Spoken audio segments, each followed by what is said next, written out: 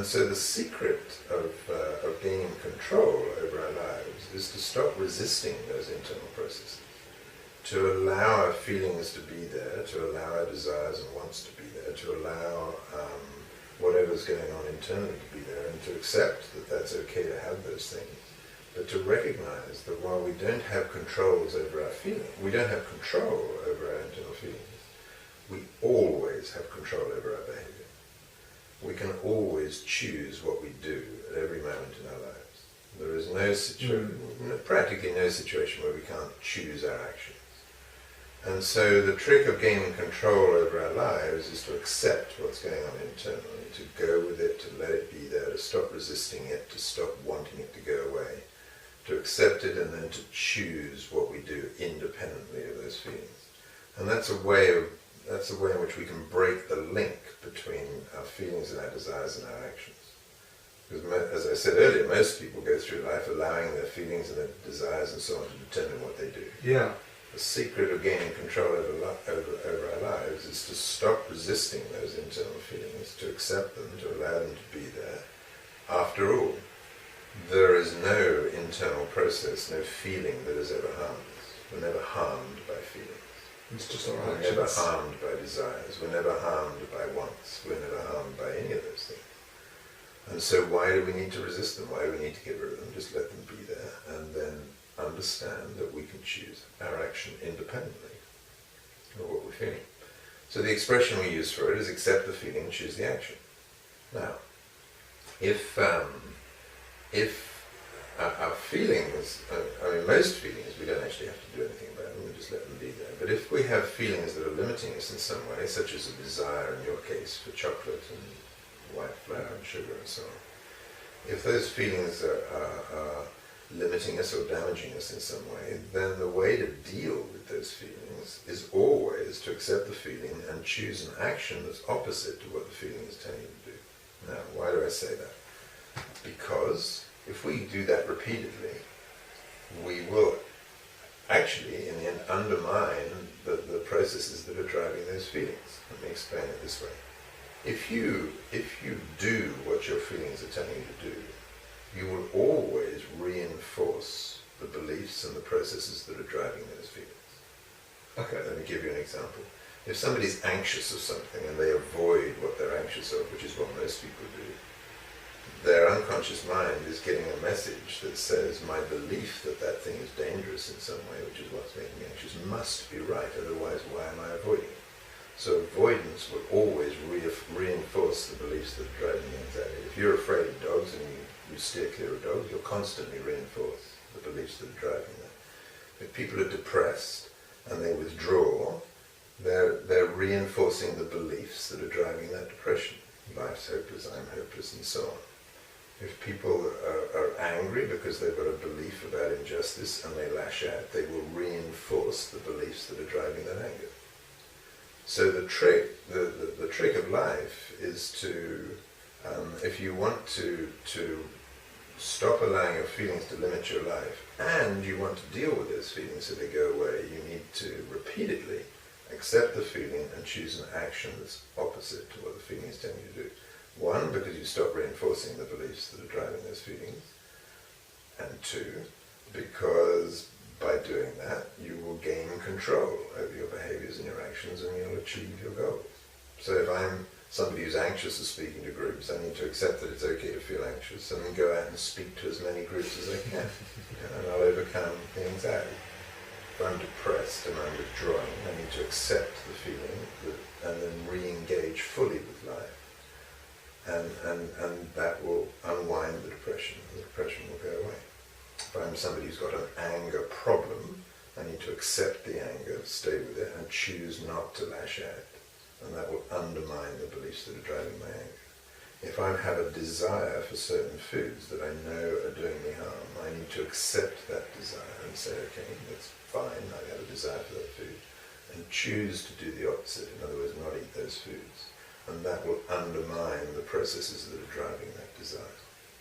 So you kill two birds with one stone. You follow an approach of accept the feeling, choose the action consistently, and not only do you immediately start achieving your goals because you're no longer behaving in a way that's going to harm you. But you're undermining the processes that are driving that desire, and the desire will go away.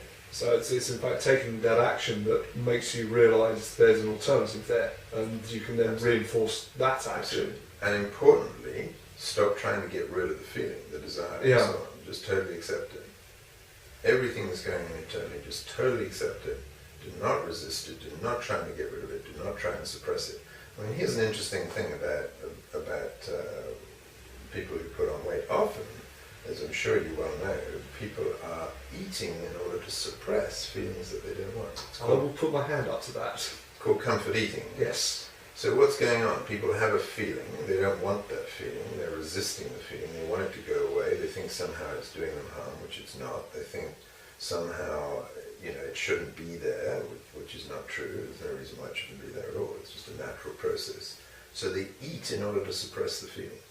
Inevitably, invariably, that makes things worse. The feelings come back stronger. They're constantly reinforcing the beliefs and the processes that are driving that feeling by eating in order to suppress the feeling. And they just eat more and they get into a vicious spiral. The way to break the spiral is to stop trying to suppress those feelings. Let them be there, accept them, recognize they're not harmful, and then choose not to do the thing that you were doing to suppress them. Accept the feeling, choose the action. And once people build that adage and that approach into their lives, they can start using it in all sorts of areas of their lives where previously they were doing things in order to deal with uncomfortable feelings that were always counterproductive. I can see many applications of that in my own life besides food with depression, as I've told you about. Absolutely. And certainly with things such as, going out and meeting women. That's a classic one for men. Absolutely. Well, likewise, women going out to meet men. It's yeah. So here's the great thing. So you start using this approach, accept the feeling, choose the action, for anxieties, for depression, for eating, and so on. And now magically, you can walk up to a woman feeling anxious and say, "God, this is scary," and just do it. Big bonus. Yes, I would certainly love to be in that situation. So start applying that approach to life in every area of your life. If you've got any internal process, feelings, desires, wants, fears, whatever, that are limiting you in some way, practice accepting them, allowing them to be there, recognizing they're not going to harm you, and then consistently do the opposite of what their feelings tend to do. There's a lot there about the internal feelings, the internal drives that people act on impulsively. When people exhibit these behaviours by overeating, in this case, there's also, I've noticed from my own experience, there's also a pressure or an expectation of the people around you that you're going to behave like that. Dealing with that can be troublesome. I've found where I've tried to break those expectations before, it's often come up the people around me are either bemused by the behaviour, say that, oh, there's what on earth are you talking about? There's no need for you to lose any weight or fat, or there's some amount of ridicule or embarrassment there, and that can be quite difficult to deal with. Yes, I can understand that. I mean, it's probably helpful to understand why is that person saying that. It would often be true that people who themselves feel that maybe they'd like to be a little bit slimmer are going to feel better if they tell everyone else who's also slightly overweight that they don't have to worry about it and they shouldn't try and lose it, because then that makes them feel better because they're justifying their own situation and taking the pressure off themselves. So there might be those sort of motivations going on. So it's kind of useful to understand why people. Now, if they're saying it out of sheer support and help and wanting to be nice and saying, look, you're fine the way you are and you don't need to lose weight, then what I would think about that is, well, that's up to me, isn't it? It's up to me. It's up to me what I do, and if I want to be a bit slimmer for some reason, and it's rational and justified, and you've not got some distorted view of your body as an anorexic, dyspraxic might have, for example. If it's justified to you and it's rational, then do what you want to do. Other people aren't going to get hugely upset if you do what you want to do. Yeah. So taking control of your life has a number of angles. I mean, this adage, accept the feeling, choose the action, is a hugely powerful approach to taking control of your life in all sorts of areas. But also being assertive is and doing what you want to do within limits. So, not hurting other people, but just being who you want to be and doing what you want to do is another aspect of taking control of your life. As long as we're not being selfish about it. This is as you say, a sort of cognitive approach that you're taking that's based on the actions, the cognitive behavioural, yes, cognitive and behavioural. Absolutely. So accept the feeling, choose the action is a cognitive behavioural approach. It's thinking about your feelings in a different way. Stop resisting them, stop trying to wish they'd go away and so on, just accept them, and then choose the action as the behavioural piece. For purposes of the camera, how might that manifest itself day by day? I've had a hard day at the office, or I've taken a knockback at work, or I'm struggling to get out and enjoy myself, and that's actually true because I'm doing that at the moment. I'm really struggling to go out and have fun because of you're working hard during the day. Because of work for the most part, and I sort of live to work rather than the other way around. Okay.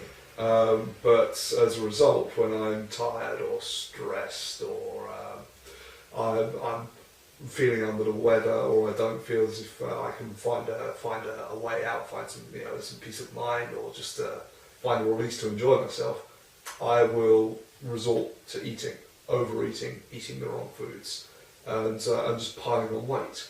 Yeah. Similarly, as I've been injured for the past 4 months now, Yeah. not being able to exercise, I've been frustrated. Yeah. And that on top of work, I've just, out of pure compulsion, just gone for the junk food, and just the immediate thought in my mind, I vocalise it in my mind. Sorry, I don't care. Yeah.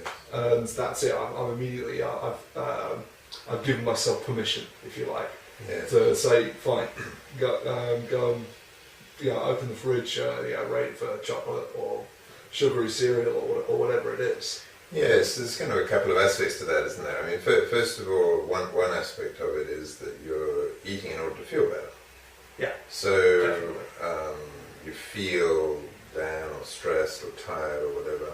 And physically, I'll feel better for doing it. Yes, that's right. Up to a point where I'm stuffed. And of course, doing things to feel better is fine as an approach to life. There's nothing wrong with that, unless the things you're doing to feel better are harming you in some other way, which in this case, clearly they are. So you recognize this as a pattern. The thing you're doing to feel better, which in this case is eating, particularly eating junk foods, is not working for you, because the next day you think, oh God, I wish I hadn't done that, or a month later you put on weight and you think, this is not working. So that needs a reassessment of whether doing the thing to feel better is really what you want to do, and really whether it's going to meet your goals. Yeah. And if you decide it's not, then the way to deal with that at the time is this approach of accepting how you feel. So the questions that I encourage people to ask is, okay, I feel tired, I feel frustrated, I feel kind of lethargic, I feel all those things. So now I want to go and eat in order to feel better. Well, I would encourage somebody in that situation to ask these questions. These feelings that I'm experiencing that I don't like, are they gonna harm me in any way? No, they're clearly not. Just feelings. Nobody's ever been harmed by a feeling. Can I bear them? Are these feelings so awful that I can't bear to feel lethargic or frustrated or low or tired? And I think the answer to that would be, well, they're not so bad that I can't bear them. Maybe the dentist drill would be, but this isn't. And then to say to myself, okay, so can I accept them for now? You know, these feelings that I've got that are not going to harm me, that I can bear, can I just be with them? You know, can I say to myself, if they're not harming me and I can bear them, why do I need to get rid of them? Why do I think they're so awful that I need to do something, such as eating junk food, in order to feel better right now? And the answer to that, if in the back of your mind you know that you don't want to eat the junk food because it doesn't meet your longer term goals, then you would be able to say to yourself, okay, so this is just the way I'm feeling right now. Okay, I don't need to get rid of that feeling right now. I don't need to go and eat in order to feel better. I can feel what I'm feeling. And now you're in a position, a stronger position, to make the choice. Do I want to eat or don't I want to eat in order to feel better? And hopefully that sort of way of thinking will get you to the point where you say, no, I can stick with these feelings because I know that if I eat, particularly if I eat junk food in order to feel better, I am not going to feel good about that a week or a month from now.